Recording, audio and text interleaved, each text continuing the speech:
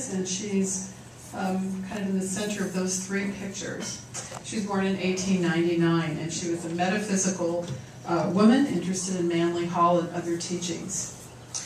I met Claire Haddocks while engaged to her son Joseph. He was a lot older than I, and therefore when I met her, she was up in her 80s.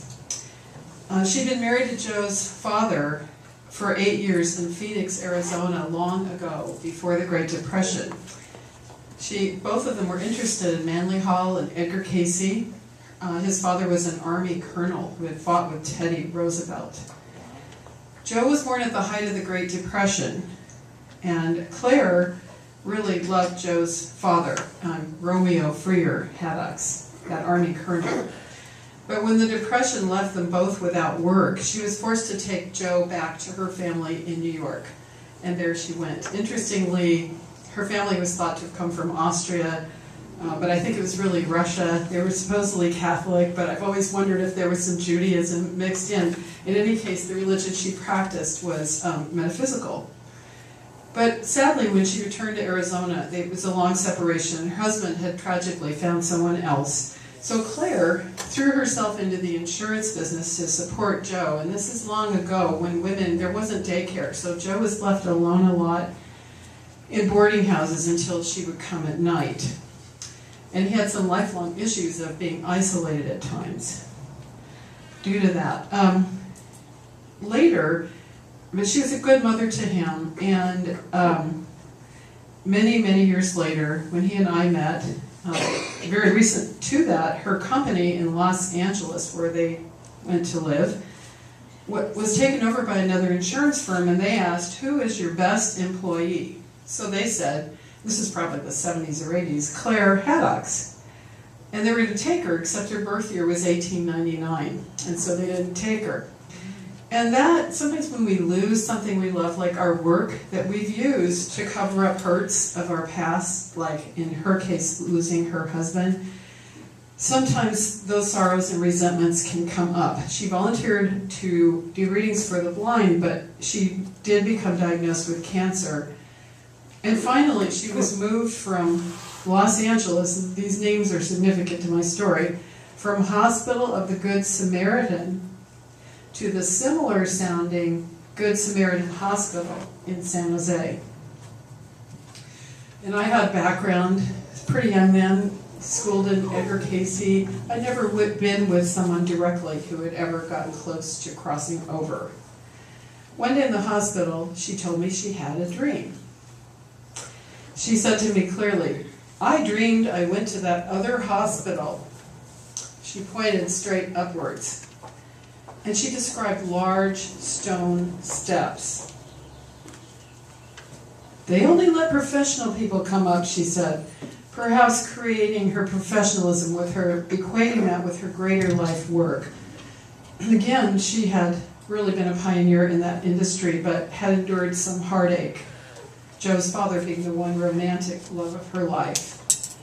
So soon she was taken to a convalescent hospital, and her vital signs were good, though they determined that she would perish. She had terminal cancer, and she might linger and go through suffering.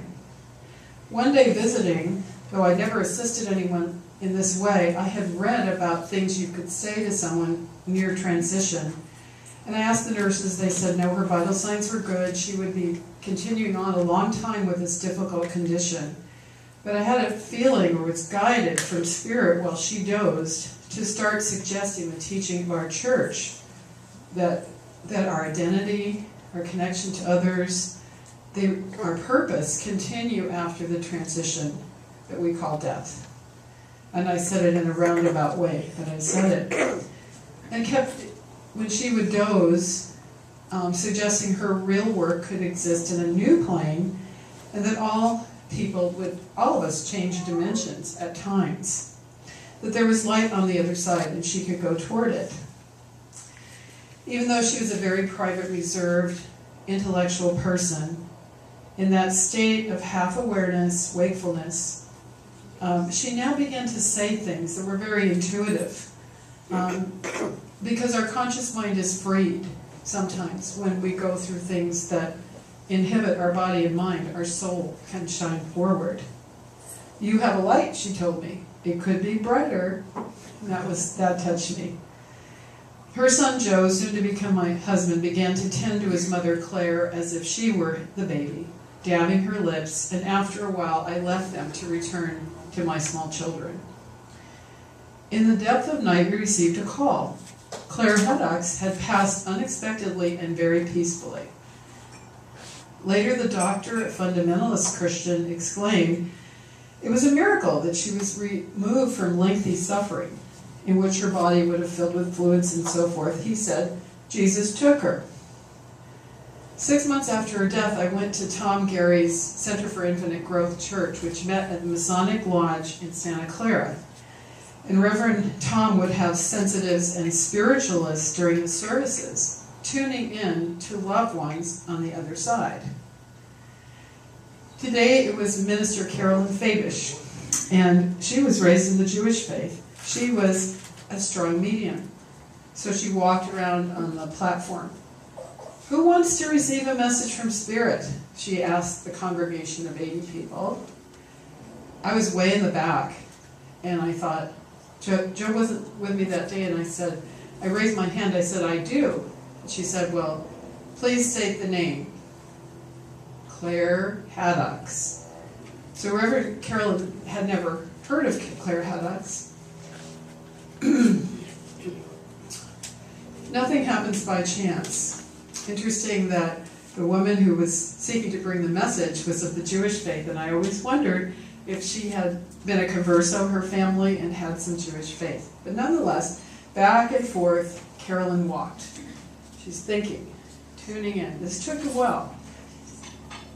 And finally, Reverend Fabish put her hand to her temple and said clearly across the audience to myself near the back, she said, yes, there is a message from Claire Haddocks. And she said, Claire says she went to that other hospital and she's feeling fine. Yay! So it was really true that what we read in our text, personal identity and memory continue after the transitional experience called death. That the odds of that, exactly what she had told me, coming through Carolyn 6 months later, were billions to one. Now I believed. I wasn't just reading about this. I really believed. And today, Claire Haddocks' earthly remains lie in Los Gatos Memorial Park. When leaves fall gently from a tree on her gravestone, the inscription that we put is from the words of Edgar Cayce. Love goes far beyond what we call the grave. That's important. So my second story, and then Kris has stories to share, is about my own brother. He's the bearded fellow by the candle. He died when he was 49 years old. My brother, I'll get emotional, was president of the Silicon Valley Tall Club. He was 6'6". He wore a quadruple E shoe. He was a local ham radio operator, active, loving parent in his son Danny's life. My brother was not a materialist. Though we were raised in white-collar Menlo Park, he chose on purpose a blue-collar job. He loved camping on the ground in the mountains, and he was a good friend to many. He hadn't talked to our father in 8 years due to some issues with the father's grasping second wife.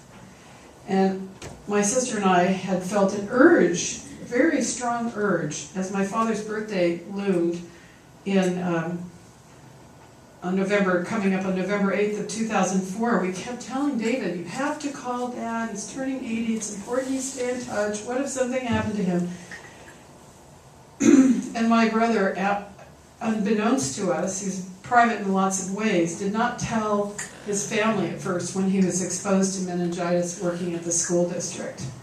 But on that last Sunday night, he called and checked in with me about my life in kind of an uncharacteristic way, about the daughter who goes and comes. He wanted to know if she was back in my life. At that time, she was. But he said he had a headache. And I said, David, I really think you should call the doctor, call the hospital. Kaiser had sent him home to go back to work. And he said he would look into it after something he had to wait for in the morning. So the next night was our father's 80th birthday. I had him and his wife to dinner. The next day, I got a very strange phone call from the wife. She said, "Do you know where your brother lives?"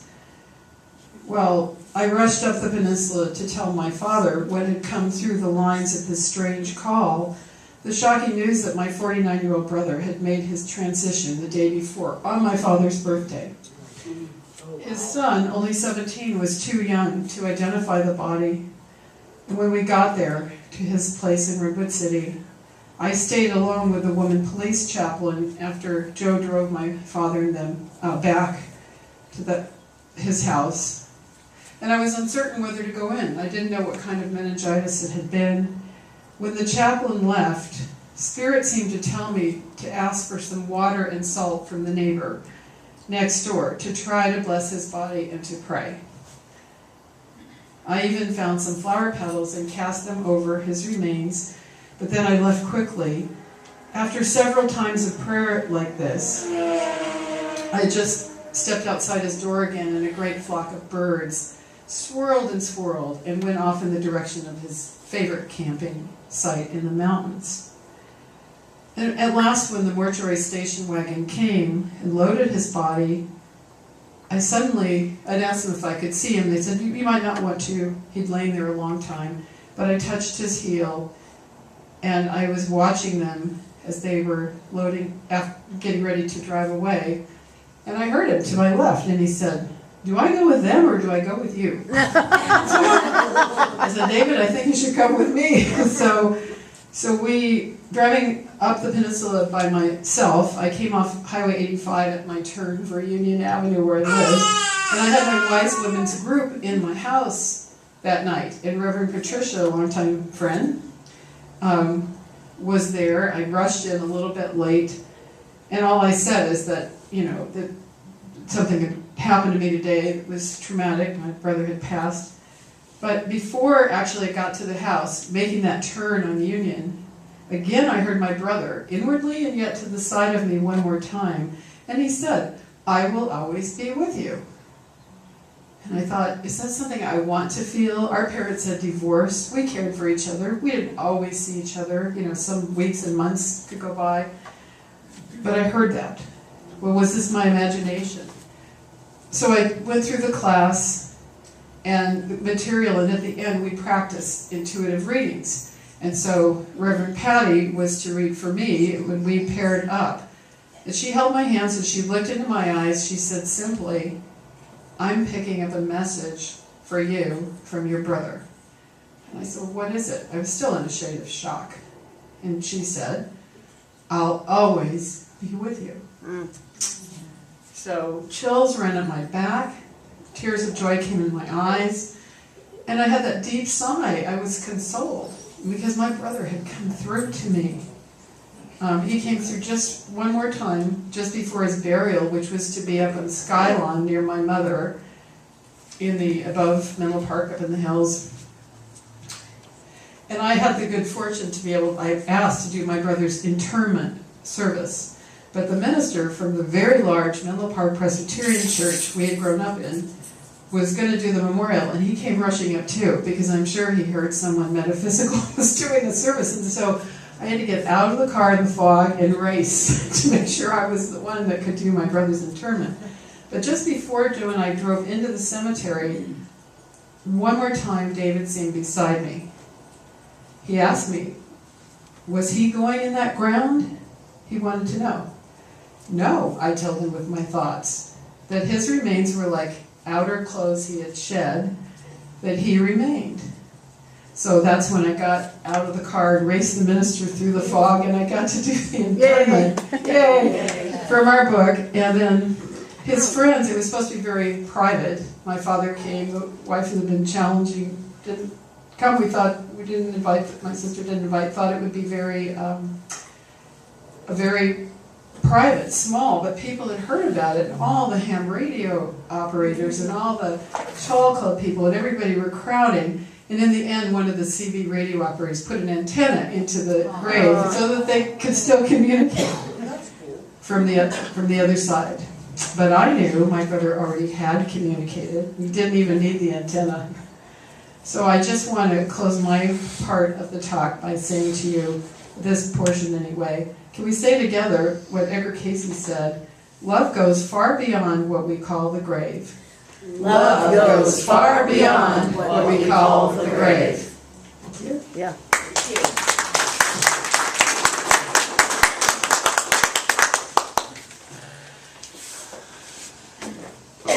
Follow. Good morning, everyone. Good morning. Hi. My talk is about my experiences. Pardon? Yes. There's a picture on the left on the altar of my mom and my dad next to one of their beloved old cars my dad restored, and was the latter part of his life's hobby. My mom's beliefs were not so much grounded in the material as they were in the metaphysical. I was exposed to Edgar Casey's teachings when I was young, and although my mom did not have disdain for the physical things my dad did, she was, I think, more esoteric in her preferences. But they had a lot of fun together in their life, and I'll give a brief story on this.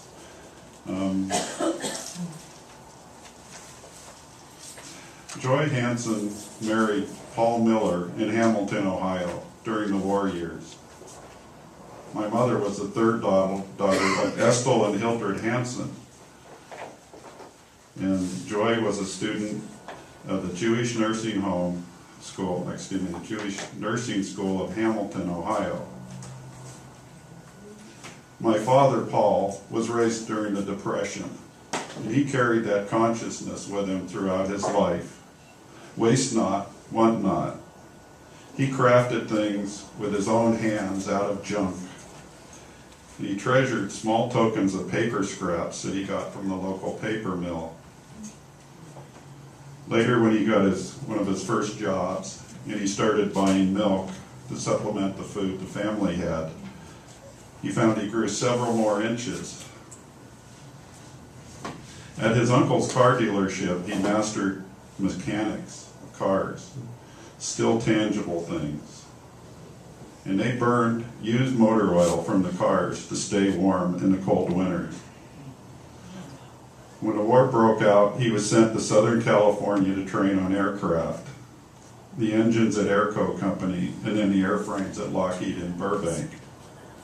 Late deployment shipped him to the Air Force 303rd Recon Wing, where he became a crew chief on a plane called the Super Snooper. Though he never flew the plane, my father took pride in that was his hot rod plane, and it was arguably the fastest plane in the theater. Like the Reno air races, except the Germans were trying to kill the pilots. Go fast, get the pictures, and get back with the photos. Those photos were then used to target the German fortifications for D-Day Normandy invasion. After the war, when my dad returned to Southern California, they bought a lot. They built a home on that barren lot using their car as a truck to haul materials. It was a windswept landscape where little could grow. My mom recalled Dust Bowl-like winds, but there was no soil to blow around there, just plenty of rock. And I was the youngest of three boys born to Joy and Paul. My oldest brother Greg came first, then Keith, and then me. I was born on my mother's birthday, July 10th, and I'd say 38 and some odd years ago.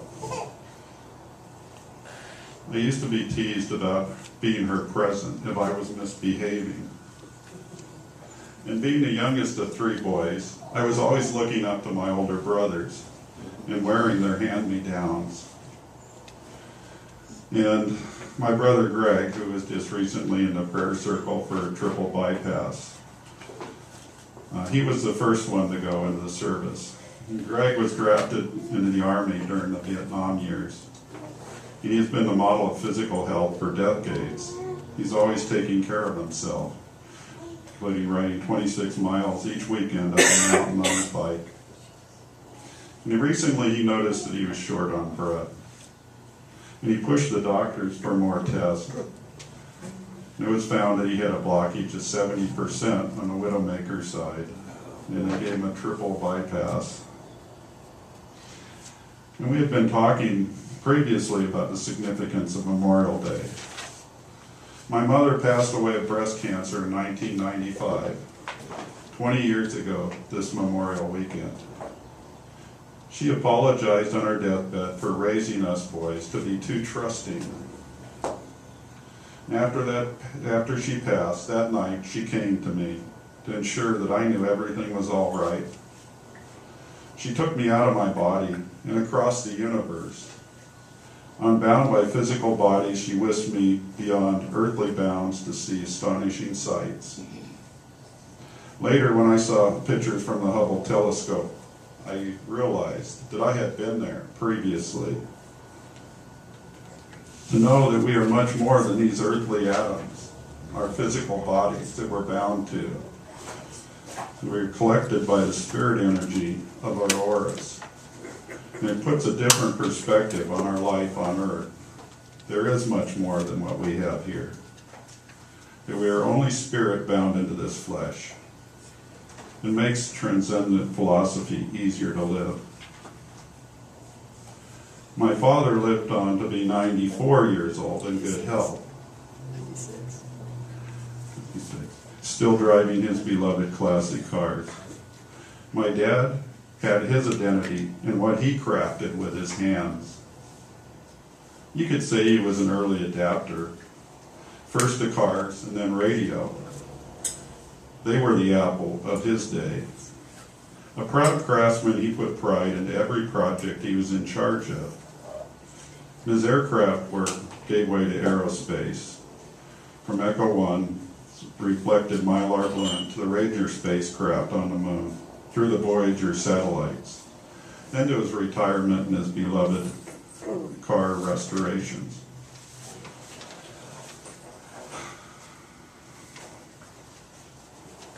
And then,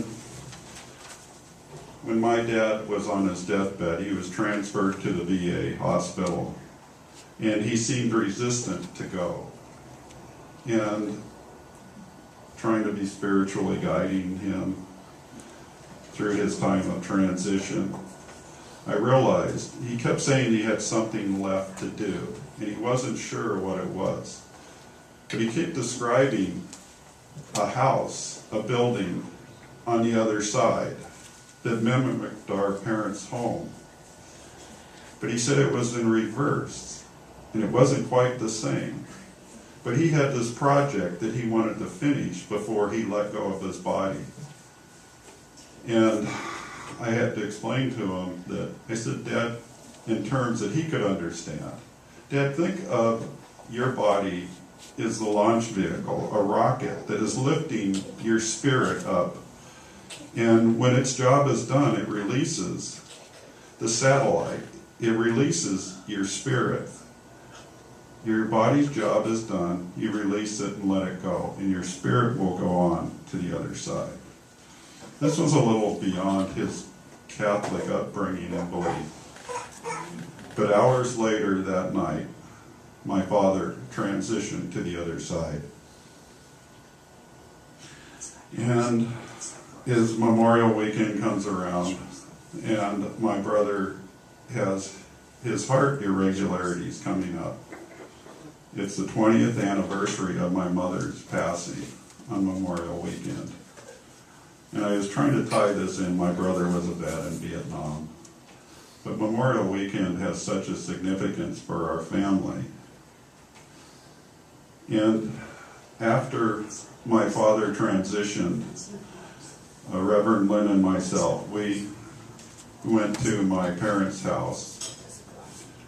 And the next morning in the backyard, it was almost magical. There was kind of a silvery iridescence in the air.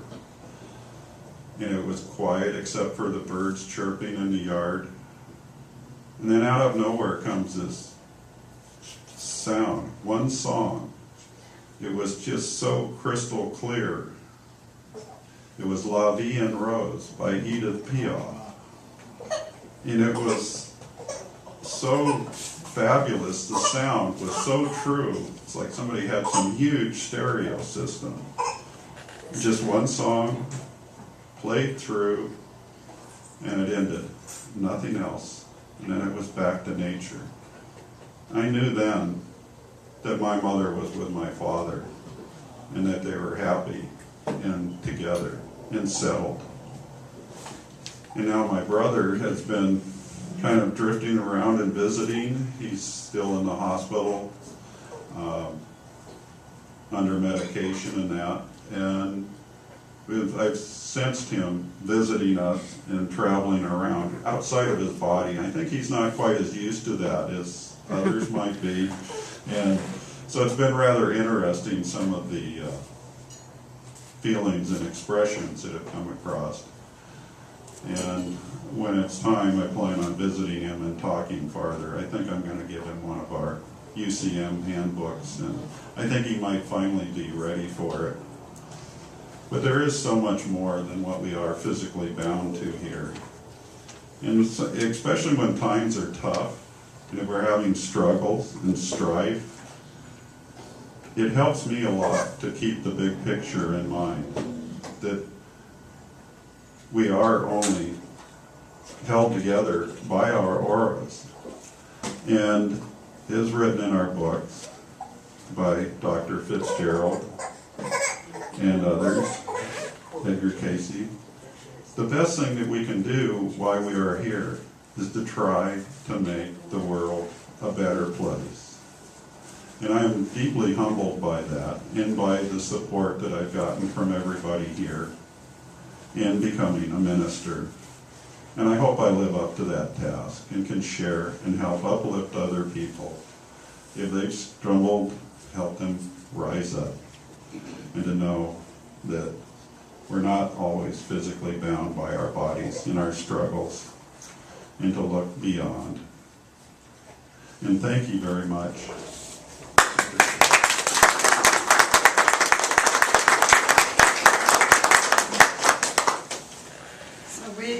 We thank you for the opportunity. Whoa, that's a tall microphone. It's funny, when I met Kris, my brother, I just had a feeling that my brother, another tall fellow, had steered me to him. Kris and I actually met. We almost met in 1982. We were at a conference, both very young, with my mentor, Jessica Madigan. Kris, when we re-met again 3 years ago or so, he had the flyer from that weekend, and he was interested in me and had asked about me, but somebody said, I think she's with Joe, and Joe and I had not yet married. So it's interesting how the guidance in our life brings us back to our destiny, and it's really comforting for us to know that love goes far beyond what we call the grave. So we thank you. Yeah.